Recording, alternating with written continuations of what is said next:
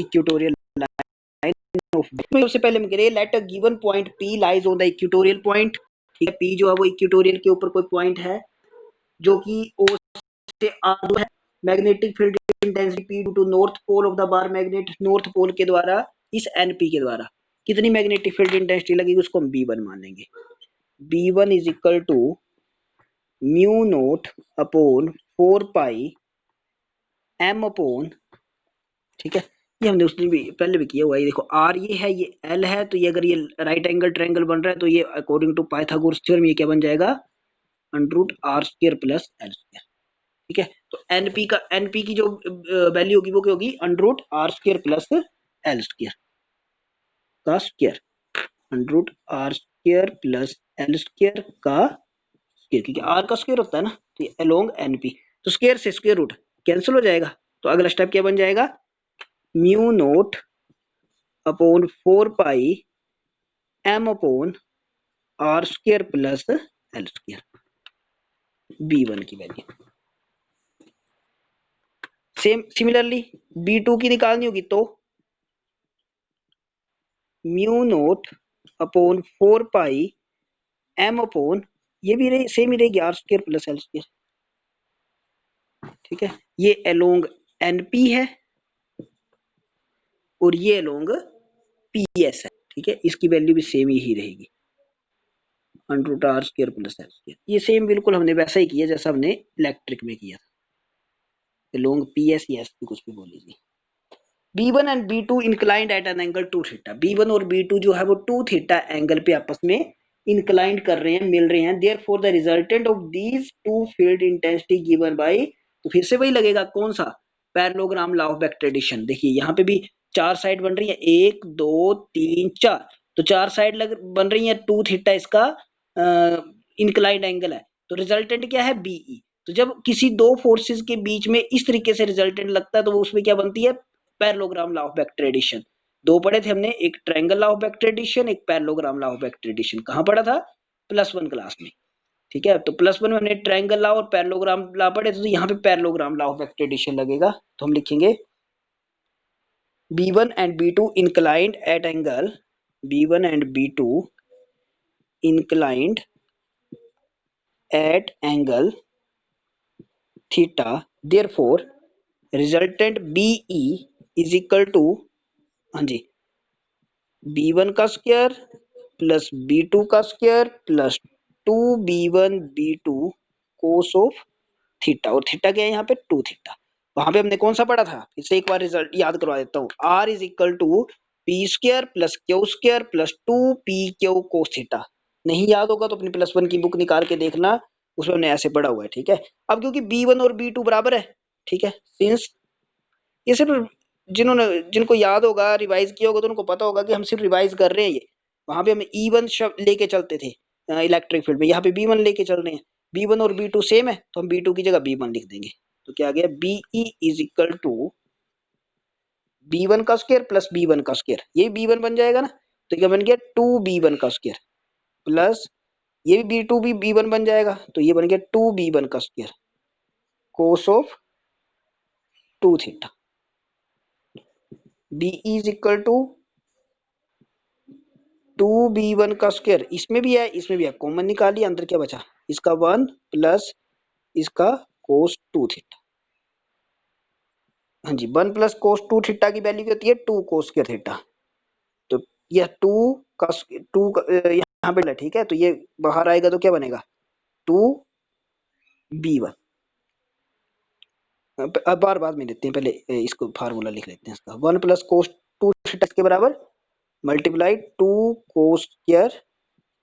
Theta के बराबर। यहाँ पे लिख भी सकते हैं आप, बिकॉज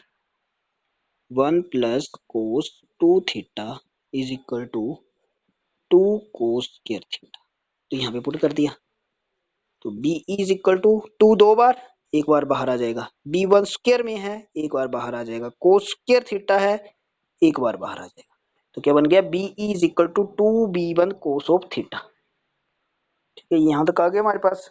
अब हमारे पास B1 की वैल्यू पता है, कहाँ पे, इक्वेशन ये वाली मानिए, हमने मान लेंगे हम कुछ की, चाहे B1 ये वाली मान लो, चाहिए वाली इक्वेशन नंबर 1। ठीक है, और जहाँ पे B2 निकला था इक्वेशन नंबर 2। तो b1 की वैल्यू हम इक्वेशन 1 से पुट करेंगे, पुट b1 फ्रॉम इक्वेशन 1, तो क्या आ गया b is equal to 2, b1 की जगह कितना आ गया, ये जो ऊपर वैल्यू लिखी है ये लिख लेंगे, multiply mu naught upon 4 pi m upon R square plus L square, ये b1 की जगह लिख लिया और साथ में क्या आ गया कोस ऑफ थीटा, तो ये बीई की वैल्यू आ गई। अब कोस थीटा कैसे निकलेंगे, इस यहाँ से पंडित बद्री प्रसाद हरर बोले फार्मूला लगा के, ठीक है मैं इसको मिटा रहा हूँ जो बीच बीच में लिखा हुआ है।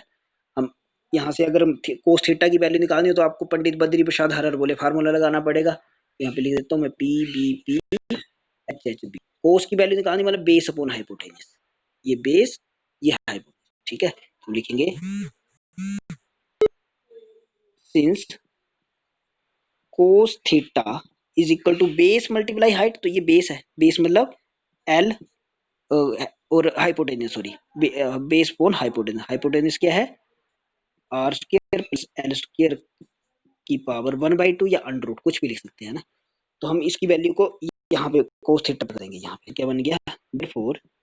B E is equal to 2 multiply mu naught upon 4 pi M upon R square plus L square की पावर 1 यहाँ पे पहले ये वाला लिखा हमने, ठीक है ये पहले स्क्वायर इसमें ही है और ये वाला यहाँ पे जुड़ जाएगा, मल्टीप्लाई कोस थीटा की जगह हम लिख देंगे L upon R square plus L square की पावर 1/2, एक पावर ये डेढ़ पावर आधी पावर ये, तो कितनी बन जाएगी 3/2। अगले स्टेप में लिखेंगे B E is equal to mu naught, हाँ फिर हमारे पास जो दूसरा काम है m मल्टीप्लाई 2l साथ में ढूंढना है कहीं पे, तो ये मिल गया 2 ये l ये m ये, तो ये साथ में लिख देंगे m मल्टीप्लाई 2 है, इसलिए हमने 2 को 4 के साथ नहीं काटा था, ठीक है म्यू नोट अपॉन 4 पाई, ये बन गया R square plus L square एक पावर और आधी पावर मिलके कितनी बन गई 3/2 पावर, ठीक है तो B E is equal to इसकी जगह लिख देंगे हम कैपिटल एम जो हमें चाहिए म्यू नोट और 4 pi M upon R square plus L square की पावर 3/2, यहाँ पे लिख देंगे because m multiply 2l is equal to capital M, this is magnetic dipole moment, ठीक है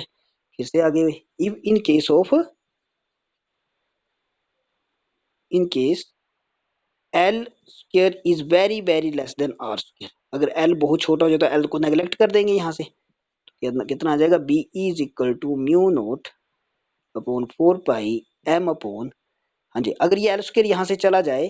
तो ये 2 पावर से 2 पावर ये कट जाएगी तो क्या बचेगा सिर्फ यहाँ पे r की पावर 3, ये आपके पास आ गया मैग्नेटिक फील्ड, ये भी आंसर है और ये भी आंसर, यहाँ तक करोगे तब भी ठीक है और आगे वाला करोगे तब भी ठीक है, कोई गलत नहीं होगा, ठीक है तो ये आपके पास हो गया इक्वेटोरियल लाइन का b is equal to mu naught upon 4 pi m upon r। हाँ जी भाई समझ में आया आप लोगों को ये सारा, एक बार मैं फिर से बता देता हूँ जल्दी से देख लो उसके बाद पूछता हूँ आप लोगों से पता लगा कि नहीं। हमने पहले b1 निकाला mu naught upon 4 pi m upon under root R square plus L square की power 2,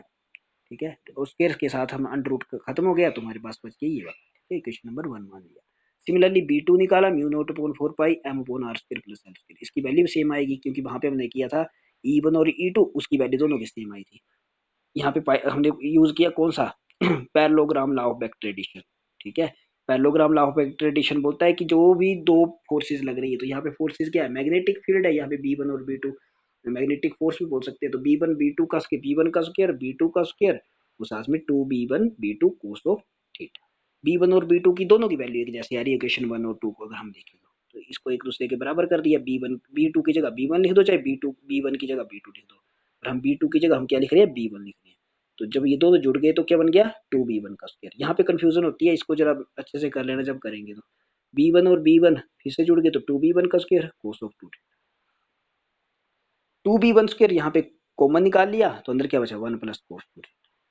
b is equal to 2b1 square 1 plus cos 2 theta का फार्मूला होता है 2 cos स्क्वायर थीटा, हमने वो यहाँ पे पुट कर दिया।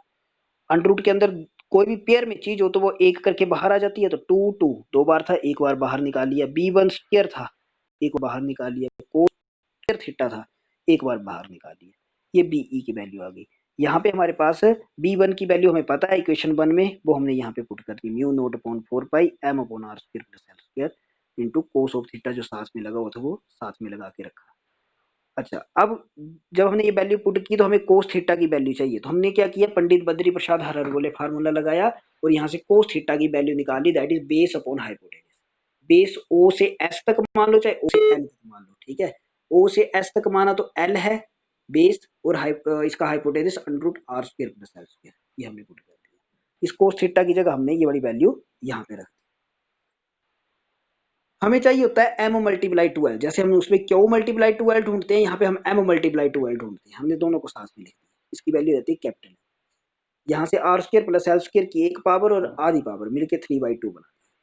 Are square plus L square की पावर 3/2 और m, ठीक है। यहाँ तक भी ठीक है। आगे इन केस ऑफ अगर एल स्क्वायर बहुत छोटा हो तो आर एल स्क्वायर नेग्लेक्ट हो जाएगा, तो आर की पावर 3 बच जाएगी, ठीक है। तो ये आ गया mu naught upon 4 pi m upon R, ये आपका पूरा टॉपिक हुआ। हाँ जी, अब मेरे को बताइए आपको समझ में आया ये।